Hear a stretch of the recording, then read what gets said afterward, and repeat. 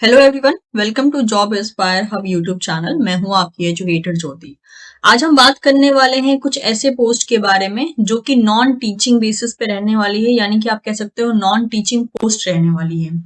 और इसे रिलीज किया गया है फ्रॉम एनआईटी सिक्किम की तरफ से। ठीक है, एनआईटी सिक्किम ऑब्वियसली आपको इंट्रोडक्शन देने की जरूरत नहीं है।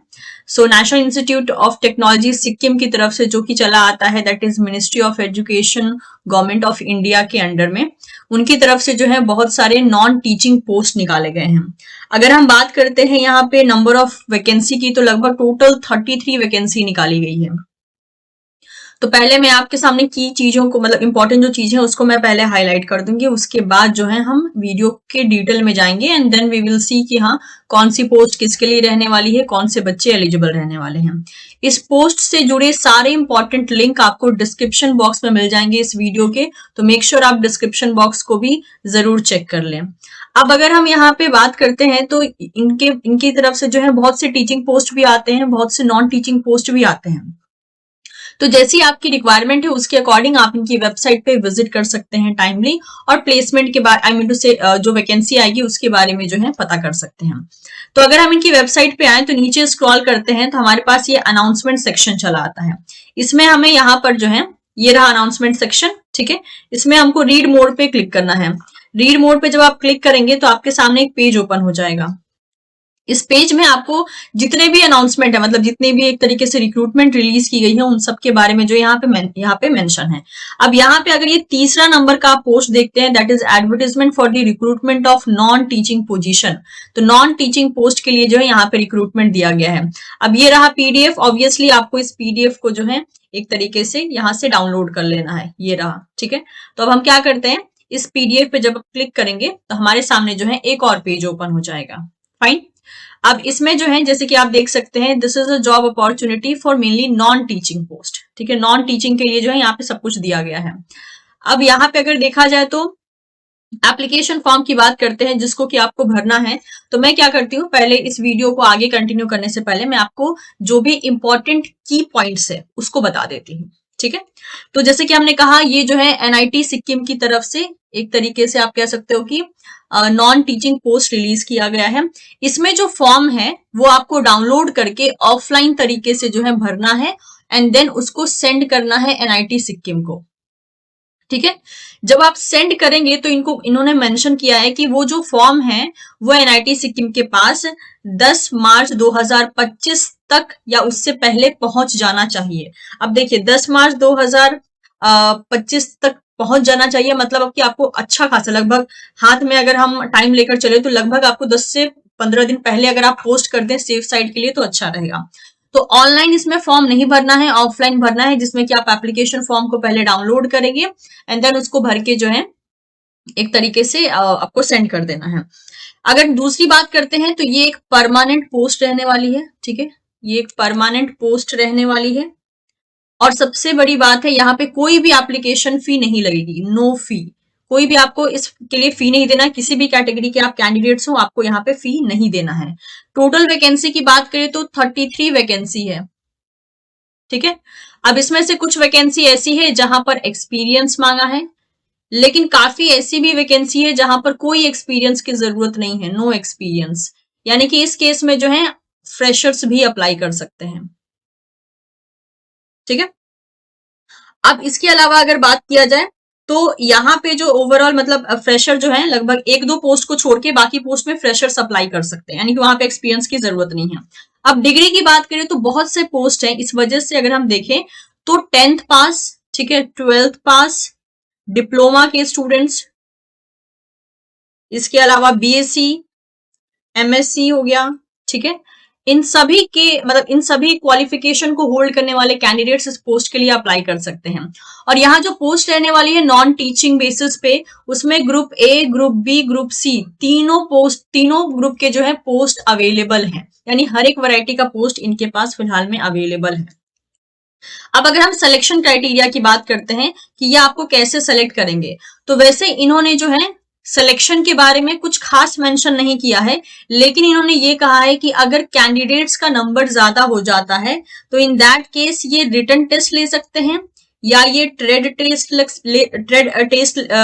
एग्जाम ले सकते हैं रादर टू से, या फिर आप कह सकते हो कि किसी और अदर मीन से भी ये एक तरीके से एग्जाम ले सकते हैं, जिसमें कि किसी किसी केसेस में जो है इंटरव्यू भी शामिल है। अब obviously interview A B C तीनों ही ग्रुप के पोस्ट के लिए नहीं है, इंटरव्यू जो है कुछ एक आध पोस्ट के लिए हो सकता है। साथ ही साथ इन्होंने ये भी मेंशन किया है कि ये जो सिलेक्शन प्रोसेस हम बता रहे हैं कि हम रिटन टेस्ट ले सकते हैं या ट्रेड टेस्ट ले सकते हैं या इंटरव्यू ले सकते हैं, इसमें हम चाहें तो विद टाइम जो है अमेंडमेंट कर सकते हैं, यानी कि इसमें कुछ भी बदलाव हो सकता है।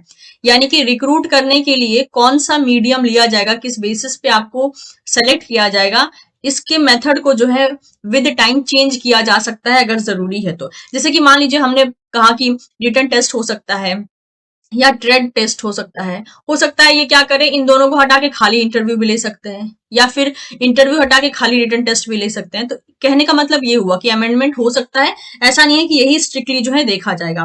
और अगर रिटन टेस्ट होता है और अगर आपको सिक्किम ट्रैवल करना होता है, इन दैट केस आपको कोई भी टीए या डीए नहीं दिया जाएगा। ठीक है, ये सारी बातें इन्होंने यहाँ पे साफ तौर से मेंशन कर दी गई है। अब जैसे कि एक डेडलाइन होती है कि हाँ, जैसे डेट ऑफ बर्थ हो गया, ठीक है, एज हो गया, तो इन सबको कौन सी डेट के अकॉर्डिंग इवेल्युएट किया जाएगा, तो 29 जनवरी 2025 इस डेट को जो है इन्होंने फॉर्म रिलीज की है।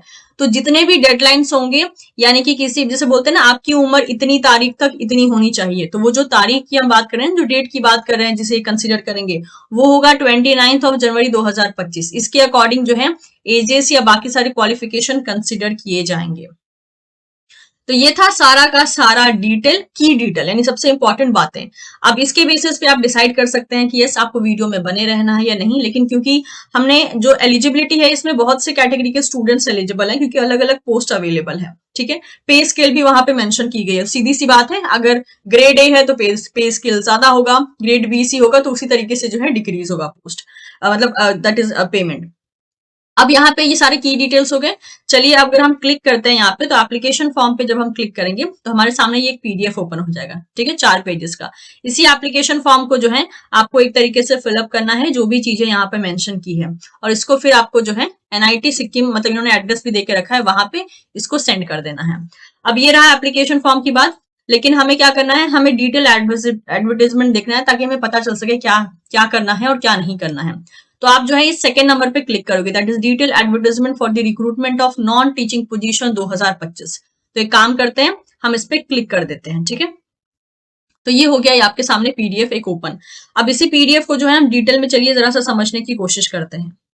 ओके, तो जैसे कि मेंशन किया गया है, it is from National Institute of Technology Sikkim की तरफ से ये रिलीज किया गया है, and this is the advertisement for recruitment of non teaching position, जिसमें कि group A, group B and group C तीनों के लिए ही पोस्ट जो है वो अवेलेबल करवाए गए हैं।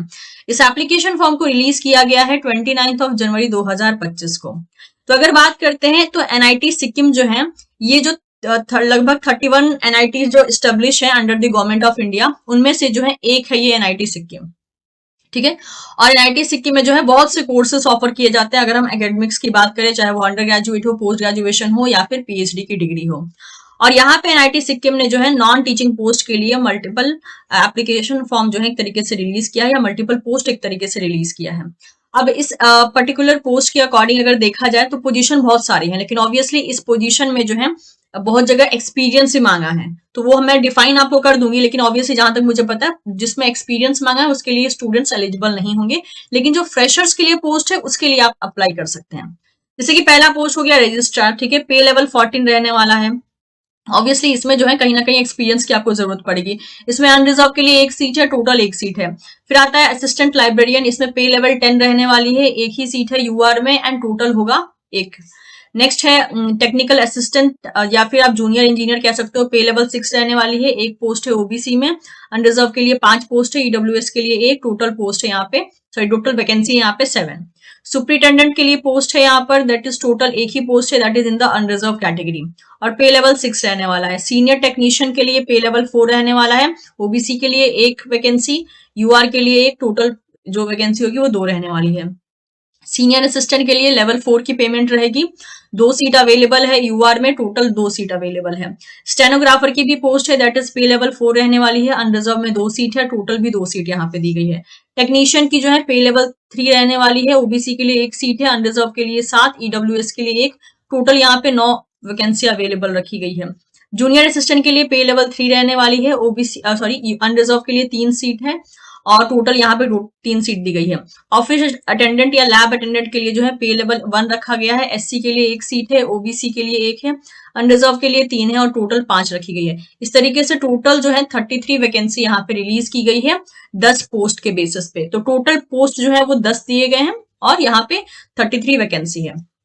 अच्छा, एक और चीज मेंशन कर दूं, क्योंकि जैसे कि आप देख सकते हैं यहाँ पे एससी के लिए काफी सारी जगह पे पोस्ट नहीं है, एसटी के लिए पोस्ट नहीं है, ओबीसी के लिए काफी कम पोस्ट है, ईडब्ल्यूएस के लिए भी काफी कम पोस्ट है। तो ऐसे कैंडिडेट मतलब कहीं भी ऐसा होता है कि अगर आपके पास अपनी कैटेगरी के लिए जॉब पोस्ट नहीं है तो आप जो है in that case unreserved category में अप्लाई कर सकते हैं, इस बात को ध्यान रखिएगा। लेकिन जब आप अनरिजर्व कैटेगरी में अप्लाई करेंगे तब जो कैटेगरी रिलेटेड जो आपको बेनिफिट्स दिए जाते हैं, यानी चाहे एज में रिलैक्सेशन हो या मार्क्स में रिलैक्सेशन हो, वो रिलैक्सेशन आप पे अप्लाई नहीं होंगे, यानी आपको भी जो है अनरिजर्व ही ट्रीट किया जाएगा। तो अगर आप अपनी कैटेगरी में दैट इज अप्लाई करते हैं तो कैटेगरी का बेनिफिट आपको मिल पाएगा, लेकिन आप अनरिजर्व कैटेगरी में अगर अप्लाई करते हो तो आप कैटेगरी का बेनिफिट नहीं ले पाएंगे। तो जहां भी एससी एसटी के लिए पोस्ट नहीं है और वहां पे अगर अनरिजर्व के लिए है तो आप as unreserved as a general candidate आप अनरिजर्व कैटेगरी में अप्लाई कर सकते हैं और बाकी सारे रूल आपके ऊपर अनरिजर्व वाले ही अप्लाई होंगे। उम्मीद करती हूँ ये चीज क्लियर हो गई होगी। नेक्स्ट, जैसे कि यहाँ पर बोला गया है रिजर्वेशन वगैरह जैसे SC ST EWS sorry EWS PWD ex serviceman के लिए जो अप्लाई होता है गवर्नमेंट ऑफ इंडिया के नॉर्म्स के अकॉर्डिंग, उसी तरीके से यहाँ भी अप्लाई किया जाएगा। बोला है इंस्टीट्यूट जो है ये इंक्रीज या डिक्रीज कर सकता है नंबर ऑफ पोस्ट या नंबर ऑफ वैकेंसी को अगर जरूरत पड़ती है तो। इसके अलावा डिपार्टमेंट्स में बता देती हूँ, जैसे नंबर नेम ऑफ पोस्ट, यानी कुछ ऐसे पोस्ट हैं जो कि इसी स्पेसिफिक डिपार्टमेंट के लिए मतलब कि ये पोस्ट अवेलेबल है। जैसे कि टेक्नीशियन असिस्टेंट या जूनियर इंजीनियर की बात करें तो civil engineering, computer science engineering, electrical and electronics engineering, इन सारे डिपार्टमेंट के लिए जो है टेक्निकल असिस्टेंट की पोस्ट खाली है। सीनियर टेक्नीशियन के लिए ये सारे डिपार्टमेंट में पोस्ट है एंड टेक्नीशियन के लिए इन सारे डिपार्टमेंट में है। तो ये एक बार आप डिपार्टमेंट्स को गो थ्रू कर सकते हैं कि इन तीनों पोस्ट के लिए कौन सी डिपार्टमेंट स्पेसिफिक है। ठीक है, जनरल टर्म एंड कंडीशन की बात करते हैं। जो फॉर्म मैंने कहा कि आपको ऑफलाइन भरना है तो वो इस पर्टिकुलर एड्रेस पे जो है उस फॉर्म के ऊपर ये पर्टिकुलर एड्रेस रहना चाहिए और वो हार्ड कॉपी 10 मार्च 2025 तक जो है शाम के 5 बजे तक पहुंच जानी चाहिए। आपका जो है इंडियन सिटीजन होना जरूरी है अगर आप इस पोस्ट के लिए अप्लाई करते हैं तो। सारी इंपॉर्टेंट डिटेल आपको इनकी ऑफिशियल वेबसाइट जो कि है www.nitsikkim.ac.in इस वेबसाइट पे मिल जाएगी। इसका लिंक भी आपको इसी वीडियो के डिस्क्रिप्शन बॉक्स में मिल जाएगा। ठीक है, बाकी सारे document and rule and regulation पढ़ना है आपको तो एनेक्सर 1, 2 एंड 3 जो अटैच किए गए हैं उसमें जो है आप इसको पढ़ सकते हैं। अगर आप ऑलरेडी किसी और सेक्टर के साथ काम कर रहे हैं, चाहे गवर्नमेंट हो, नॉन गवर्नमेंट हो, सेमी गवर्नमेंट हो, प्राइवेट हो, इन दैट केस आपको एनओसी प्रेजेंट करना होगा, नो ऑब्जेक्शन सर्टिफिकेट आपको प्रेजेंट करना होगा। नेक्स्ट, एप्लीकेशन फी की बात करते हैं तो जैसे कि बोला गया है कि सारे के सारे कैंडिडेट्स का जो है एप्लीकेशन फी वेव ऑफ कर दिया गया है, चाहे आप किसी भी कैटेगरी से बिलोंग करते हैं।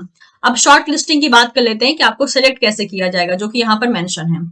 तो अगर बात किया जाए तो जब आप एप्लीकेशन फॉर्म भेजेंगे तो वहां पे जो है उस एप्लीकेशन फॉर्म को स्क्रूटिनाइज किया जाएगा, उसके बेसिस पे सिलेक्शन भी किया जाएगा और साथ ही साथ जो है ये देखा जाएगा कि हाँ मतलब कि आगे का जो भी स्टेप है, आगे का जो प्रोसेस है वो क्या किया जा सकता है। ठीक है, जैसे बोला है कि अगर लार्ज नंबर में एप्लीकेंट आते हैं तो इन दैट केस जो है अलग अलग टाइप के रिटर्न टेस्ट ऑर्गेनाइज किए जा सकते हैं स्टूडेंट को सेलेक्ट करने के लिए। इसके अलावा अगर देखा जाए तो group C and group B post के लिए बोला गया है कि ज्यादातर चांसेस है कि इंटरव्यू ऑर्गेनाइज नहीं किया जाएगा। ठीक है, और उनको जो है सेलेक्ट किया जाएगा mainly written test, trade test या किसी और मीडियम से, ये बात बोली गई है।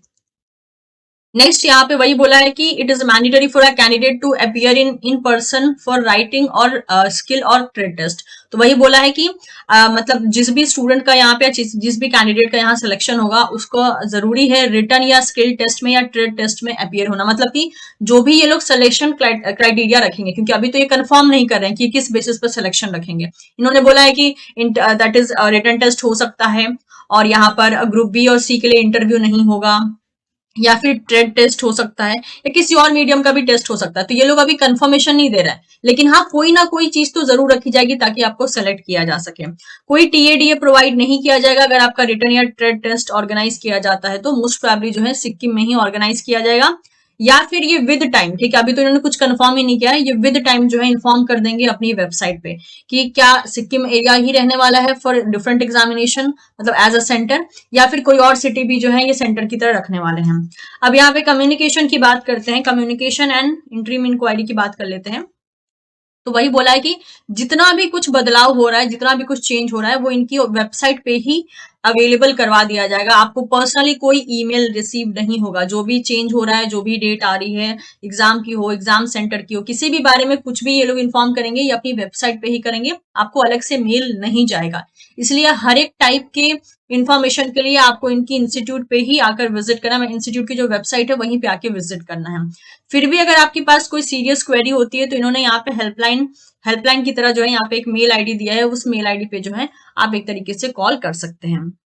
Coming to the reservation category, वही बोला गया है कि जो रिजर्वेशन कैटेगरी है उनका जो है जिस तरीके से नॉर्म्स बनाए गए हैं उसी के अकॉर्डिंग जो है बेनिफिट दिया जाएगा। और बोला गया है कि आपको सारे के सारे डॉक्यूमेंट्स को जो है आपको प्रेजेंट करना होगा ड्यूरिंग दी रिटन टेस्ट या ट्रेड टेस्ट या इंटरव्यू, जो भी जिस भी मीडियम से आपका सिलेक्शन होगा उस टाइम पे जो है आपको सारे के सारे जो डॉक्यूमेंट्स होंगे वो एज अ मतलब प्रूफ प्रेजेंट करना होगा ताकि उसको वेरीफाई किया जा सके। अब ये कौन कौन से सर्टिफिकेट या बाकी सब चीजें एक्सेप्ट की जाएंगी वो एनेक्सर 4 में यहाँ पे मेंशन कर दिया गया है, तो वो आप देख लेंगे, ठीक है। ओके, नेक्स्ट अगर बात कर लेते हैं यहाँ पे, बाकी सब इंपॉर्टेंट बात तो हमने कर ही ली है। अच्छा, क्लोजिंग डेट जो है रहने वाली है दैट इज वही वजह से बताया गया है 10 मार्च 2025 रहने वाली है, ठीक है। And application for the post of that is name of post and the department आपको जो है इस तरीके से एनवलप के ऊपर मेंशन कर देना है ताकि वो एनवलप जो है सही जगह पर पहुंचे, जहां आप भेज रहे हैं वहीं पहुंचे। ओके, चलिए ये सारी बातें हो गई, लेकिन ऑब्वियसली इन्होंने क्वालिफिकेशन सबसे लास्ट में मेंशन किया है, ठीक है। क्वालिफिकेशन एंड एक्सपीरियंस की बात कर लेते हैं। तो पहला पोस्ट है रजिस्ट्रार का, ऑब्वियसली इसके लिए बहुत ही कम कैंडिडेट ऐसे होंगे जो कि एलिजिबल होंगे क्योंकि इसमें एक तरीके से जो है एक्सपीरियंस मांगा गया है। रजिस्ट्रार का पोस्ट जो कि एक तरीके से नंबर ऑफ पोस्ट एक ही दिया गया है, ये ग्रुप ए है, ठीक है, ग्रुप ए का पोस्ट है। और इसमें जो ग्रेड पे स्केल की बात करें तो यहाँ बोला है दैट इज 37,400 से लेके 67,000 तक हो सकता है। और इसके अलावा बाकी सब देखें तो एज लिमिट 56 बोली गई है। एंड मेथड ऑफ सिलेक्शन यहाँ बोला गया है। Coming to the educational qualification, यहाँ पे इस बारे में बात करने का कोई फायदा नहीं है क्योंकि ऑब्वियसली मैक्सिमम कैंडिडेट इसके लिए एलिजिबल नहीं होंगे, बट फिर भी मैं आपको बता दे रही हूँ। एसेंशियल क्वालिफिकेशन में एजुकेशन मांगा है आपका मास्टर डिग्री विद 55% मार्क्स, या फिर उसके इक्विवेलेंट हो सकता है grade B in the UGC 7 point scale from a recognised university. Experience के मामले में obviously holding analogous post at least 15 साल का एक्सपीरियंस आपका होना चाहिए एज अ असिस्टेंट प्रोफेसर। तो इसलिए मैंने कहा था इस पोस्ट के लिए जो है मैक्सिमम कैंडिडेट एलिजिबल नहीं होंगे, लेकिन इन केस अगर आप ऐसे कैंडिडेट हैं जिनके पास ये एक्सपीरियंस है तो आप बिल्कुल इसके लिए अप्लाई कर सकते हैं। या फिर आपके पास 8 year of service in AGP of 8,000 and above including as associate professor along with 3 year experience in the education administration. ये जो है 3-4 और क्राइटेरिया रखिए कि आपकी क्या होनी चाहिए। डिजायरेबल में ऑब्वियसली वही बात है, लेकिन उन्हें एसेंशियल में ही एक्सपीरियंस मांग दिया है, तो डिजायरेबल का मतलब ऑब्वियसली जो बच्चा जो भी कैंडिडेट एसेंशियल को क्वालिफिकेशन को एक तरीके से फुलफिल करेगा वो तो डिजायरेबल में समहाउ आ ही जाएगा, ठीक है। Coming to the second post, ये आई थिंक फ्रेशर के लिए एप्लीकेबल होगी, देखते हैं। Name of the post is assistant librarian, group A post रहने वाली है। पे बैंड जो है आपका रहने वाला है 15,600 से लेकर 39,100 तक ये रहने वाला है। बाकी सब भी यहाँ डिटेल दिया गया है, वो आप एक बार गो थ्रू कर लीजिएगा। मैं मेन पॉइंट्स आपको बता देती हूँ। एज लिमिट जो है बोला है 35 से ज्यादा नहीं रहनी चाहिए, और एज रिलैक्सेशन उसी के अकॉर्डिंग होगा जो कि इसी पीडीएफ में मेंशन होगा, तो आप गो थ्रू कर लीजिएगा एक बार। एसेंशियल क्वालिफिकेशन की बात कर लेते हैं। मास्टर डिग्री चाहिए that is in library science या फिर इंफॉर्मेशन साइंस या डॉक्यूमेंटेशन साइंस, जिसमें कि 60% मार्क्स आपके पास होने चाहिए, या फिर इक्विवेलेंट कोई प्रोफेशनल डिग्री चाहिए और इट्स इक्विवेलेंट डिग्री चाहिए विद इक्विवेलेंट ग्रेड जो कि हो सकता है आउट ऑफ 10 6.5, और इसके इक्विवेलेंट ग्रेड हो सकता है grade of B in the UGC 7 point scale and a consistent good academic record with that is superior knowledge of computerized library service. इसके अलावा qualifying in the national level test such as the NET SLET SET conducted for the purpose of UGC और any other agency approved by the UGC. यानी कि इस post के लिए, ये जो पोस्ट है, इस पोस्ट के लिए आपके पास क्या चाहिए, मास्टर डिग्री चाहिए इन द फॉलोइंग सब्जेक्ट, जो कि यहाँ पर मेंशन किया गया है, विद 60% मार्क्स, या फिर इन सारी डिग्री, इनमें से कोई एक डिग्री हो सकती है। और साथ ही साथ बोला है कि आपका कोई नेशनल लेवल एग्जाम, नेट कोई क्वालिफाई होना चाहिए, नेशनल लेवल एग्जाम कोई क्वालिफाई होना चाहिए, जिसमें कि नेट चला आता है, स्लेट चला आता है, सेट चला आता है। ठीक है, ये रहा एसेंशियल एजुकेशनल क्वालिफिकेशन। अब डिजायरेबल में वही बोला है कि आपके पास अगर पीजी डिप्लोमा है तो अच्छी बात है, ठीक है, या फिर आपके पास पीएचडी है या इक्विवेलेंट डिग्री है तो भी जो है आपको प्रेफरेंस ज्यादा मिलेगी। तो अगेन ये जो पोस्ट था, इसमें जो एक्सपीरियंस है वो मैंडेटरी नहीं है, यानी कि इसमें फ्रेशर अप्लाई कर सकते हैं, लेकिन जिनके पास एक्सपीरियंस है उनको प्रेफरेंस ज्यादा मिलेगी, स्पेशली अगर वो स्टूडेंट पीएचडी है तो। ठीक है, ये सारी बातें यहाँ पे बोल दी गई हैं। बाकी इसके बारे में और भी छोटी मोटी सी चीजें बोली गई हैं, वो एक बार गो थ्रू कर लीजिएगा। मैं मेनली जो है यहाँ पर एलिजिबिलिटी को कवर कर रही हूँ। ठीक है, सेकंड पोस्ट रहने वाला है टेक्निकल असिस्टेंट का, दैट इज जूनियर इंजीनियर आप कह सकते हो। Name of the post is technical assistant, group B की पोस्ट रहने वाली है। पे बैंड जो है 9300 से लेके 34,800 तक रहने वाला है। 30 साल एज लिमिट बोली गई है। और इसके अलावा जो है एसेंशियल क्वालिफिकेशन की हम बात कर लेते हैं, क्या क्या बोला गया है, फिर हम बात करेंगे कि फ्रेशर के लिए है या नहीं। इसमें बोला है फर्स्ट क्लास या फिर equivalent grade in BE BTech MCA in the relevant subject from recognised university, ये रहा पहला क्राइटेरिया। या फिर आपके पास फर्स्ट क्लास डिप्लोमा होना चाहिए इंजीनियरिंग में, that is in the relevant field, ये रहा दूसरा क्राइटेरिया। या फिर आपका फर्स्ट क्लास बैचलर डिग्री होना चाहिए in science from any recognised university और इंस्टीट्यूट, ये तीसरा क्राइटेरिया। या फिर आपके पास मास्टर डिग्री होना चाहिए साइंस में विद 50% मार्क्स या इक्विवेलेंट ग्रेड, ये रहा फोर्थ क्राइटेरिया। तो अगर आप ध्यान दें तो यहाँ पर एक तरीके से कॉमर्स वाले, इंजीनियरिंग वाले एंड साइंस वाले तीनों ही स्टूडेंट्स को एलिजिबल कर दिया है, अगर आपके डिप्लोमा में, बैचलर में या मास्टर में जो है अच्छे खासे नंबर हैं। जैसे कि यहाँ पर बैचलर डिग्री में फर्स्ट क्लास मांगा है एंड मास्टर में 50% मांगा है। ठीक है, ये एसेंशियल है, मतलब कि ये हर हाल में होना चाहिए। इनमें से चारों में से कोई भी एक डिग्री आपके पास हो सकती है। ठीक है, ये रहा एसेंशियल। डिजायरेबल की बात करें यहाँ पर, ओके, डिजायरेबल आई थिंक इन्होंने मेंशन नहीं किया है, आई गेस एसेंशियल तो मेंशन किया है, लेट्स सी। ओके, यस, तो यानी कि ये जो पोस्ट थी हमारे पास टेक्निकल असिस्टेंट की पोस्ट, इसके लिए फ्रेशर अप्लाई कर सकते हैं। ठीक है, ओके, तो इससे पहले वाले में भी फ्रेशर अप्लाई कर सकते हैं, इसके लिए भी फ्रेशर अप्लाई कर सकते हैं। Coming to the fourth post जो कि यहाँ पे मेंशन किया है, इसकी एलिजिबिलिटी देख लेते हैं, जो कि सुपरिटेंडेंट की ने पोस्ट का नाम है सुपरिटेंडेंट, ग्रुप बी की पोस्ट होने वाली है। पे बैंड जो है 9300 से लेके 34,800 तक हो सकता है। एज लिमिट 30 बोली गई है यहाँ पर। रिलैक्सेशन का क्या केस रहेगा वो भी यहाँ पे मेंशन किया गया है। एसेंशियल क्वालिफिकेशन की बात कर लेते हैं, यहाँ पे फर्स्ट क्लास डिग्री चाहिए, दैट इज इन बैचलर, या फिर उसके इक्विवेलेंट डिग्री हो सकता है, और किसी भी डिसिप्लिन में। ठीक है, तो आप चाहे आर्ट्स के हो, कॉमर्स के हो या साइंस के हो, आप अप्लाई कर सकते हैं। या फिर आपके पास मास्टर डिग्री हो सकती है in any discipline at least with 50% marks.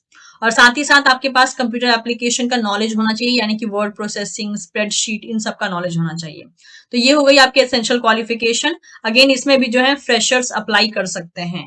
ठीक है, ओके, डिजायरेबल को मैं कवर नहीं कर रही हूँ, डिजायरेबल आप अपने एंड से भी पढ़ सकते हैं कि क्या रहने वाला है, क्योंकि अगर आपके पास है तो अच्छी बात है, नहीं है तो भी आप अप्लाई कर सकते हैं। ठीक है, ओके, सीनियर टेक्नीशियन की बात कर लेते हैं, तो पोस्ट का नाम सीनियर टेक्नीशियन रहने वाला है। क्लासिफिकेशन ये ग्रुप सी की पोस्ट रहने वाली है। पे बैंड जो है 5,200 से लेकर 20,200 तक हो सकता है। और एज लिमिट जो है 33 साल से ज्यादा की नहीं होनी चाहिए। एसेंशियल क्वालिफिकेशन देख लेते हैं। अच्छा, इसके लिए भी I think maximum freshers applicable होंगे। देखिए, यहाँ पे एसेंशियल क्वालिफिकेशन में बहुत बेसिक सा दिया गया है। सीनियर सेकेंडरी यानी 10+2, आप 12th हैं, 12th पास हैं अगर, with science background with 60% marks, तो आपकी एलिजिबिलिटी है। ये पहला केस हो गया। दूसरा केस क्या है, आपके पास 12th हो विद 50% मार्क्स और साथ ही साथ आईटीआई का कोर्स हो आपके पास 1 साल का। ठीक है, ये रहा दूसरा क्वालिफिकेशन। तीसरा क्या है, आपका 10th पास हो विद 60% मार्क्स और आईटीआई हो विद 2 ईयर ऑफ ड्यूरेशन। ठीक है, ये तीसरा। फोर्थ हो गया, डिप्लोमा आपका हो इंजीनियरिंग में with 3 year duration in the relevant field. और फिफ्थ हो गया सीनियर सेकेंड यानी 10+2 यानी 12th एग्जाम, 12th आपका क्लियर होना चाहिए in science with 60% marks and a bachelor degree in nursing from recognised institute. और आपको पता है यहाँ डिजायरेबल में क्या बोला है, बैचलर डिग्री। तो अगर आप मतलब जहां तक मुझे पता है हमारी जो ऑडियंस है वो मैक्सिमम ऐसी तो है ही कि जो बैचलर या मास्टर डिग्री होल्ड करती है, मतलब 12th के बाद वाली जो ऑडियंस होती है, मैक्सिमम ऑडियंस हमारे चैनल पे वैसी ही है।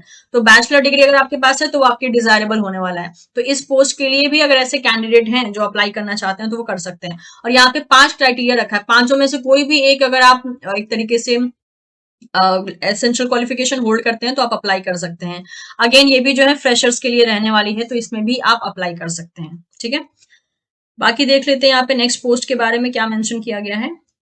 सीनियर असिस्टेंट की बात कर लेते हैं। ये ग्रुप सी की पोस्ट रहने वाली है। पे बैंड 5,200 से लेकर 20,200 तक हो सकता है। एज जो है 33 ईयर्स बोली गई है। इसमें जो आपसे मांगा गया है क्वालिफिकेशन वो है दैट इज सीनियर सेकेंड यानी 12th पास मांगा गया है फ्रॉम रिकॉग्नाइज बोर्ड। और मिनिमम टाइपिंग स्पीड आपकी होनी चाहिए 35 वर्ड्स पर minute and proficiency in computer word processing and spreadsheet. और डिजायरेबल में इसमें आप पे मांगा है आपसे कि कंप्यूटर स्किल होना चाहिए, जैसे कि stenography skill and bachelor degree अगर हो तो वो डिजायरेबल में इंक्लूड किया जाएगा।